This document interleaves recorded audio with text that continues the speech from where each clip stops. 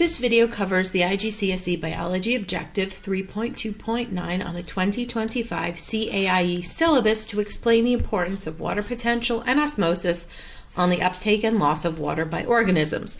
So we've actually already talked about plants in the previous video, so in this one we're going to be talking about animal cells. So the first effect is what we call equilibrium. So we're just going to consider red blood cells because that is, I think, a very easy one for us to consider. We don't have to worry about nucleus. It's basically a cell full of hemoglobin, cytoplasm, and the cell membrane. We know what its job is. Its job is to transport oxygen. So when we have cells in a solution that is of equal water potential, so the water potential on both sides is the same. So inside and outside the cell, we have equal water potential. There's no high and low situation. Basically, the water molecules are going to move equally back and forth through the cell membrane, as depicted here in the video. They're just going to move. So when one water cell moves in, another one is going to move out. And so the water potential always stays the same from between inside the cell and outside the cell. This is called equilibrium. So this is what would happen inside our body when we've got enough water for all of our cells and everything going on as normal. Okay, the second situation is what we call hemolysis. So in hemolysis, we have cells in a solution that has a greater water potential, or it could be pure water. So the cells themselves are at a comparatively lower water potential than the solution that they are in, than the extracellular fluid, for example, or the blood plasma, which is the liquid portion of blood. So whatever they're in has a higher water potential comparatively to the inside of, in this case, the red blood cells. So therefore, water molecules are going to move into the cells until those cells burst. Now, this situation did not happen in plant cells because, remember, plant cells have cell walls that keep the cells from bursting, whereas animal cells do not have that preventative measure.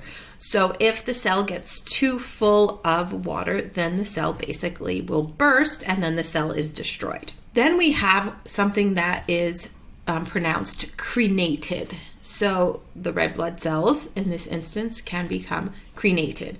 And so what's happening here is that cells are in a solution that has a lower water potential than the actual cell itself. So this could be the blood plasma, where red blood cells would be located, or it could just be muscle cells or whatever tissue the cells are compared to the extracellular space, that is the fluid space outside of cells. So the area outside the cell, in whichever situation it is, has a lower water potential than the water potential inside the red blood cell. So as a result of this, water molecules are going to move out of the cells, and what's going to happen is the cytoplasm is going to basically shrink and the cells shrivel up. This is called a crenated cell. It also destroys the cell as well. So let's consider the importance of water potential. So we talked about a few different things.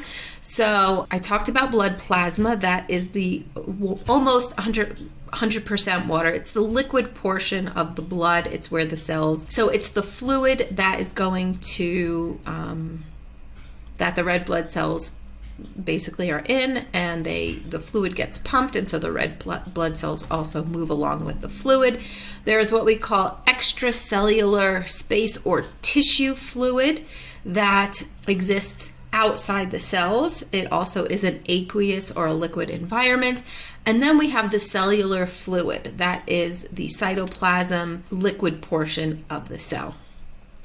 Okay, so basically what can happen is osmosis can potentially be damaging, as we've seen in the previous slides, to cells. So there needs to be a mechanism in place that's going to keep the blood plasma and the tissue fluid and the cellular fluid all at the same water potential as the cytoplasm of the cell. So all of these need to be in equilibrium so that water is not leaving the plasma to go to the tissue fluid, and water molecules are not leaving the tissue fluid to go inside the cells, or vice versa. So even in the other direction. So we don't want excess water molecules moving from one place to another.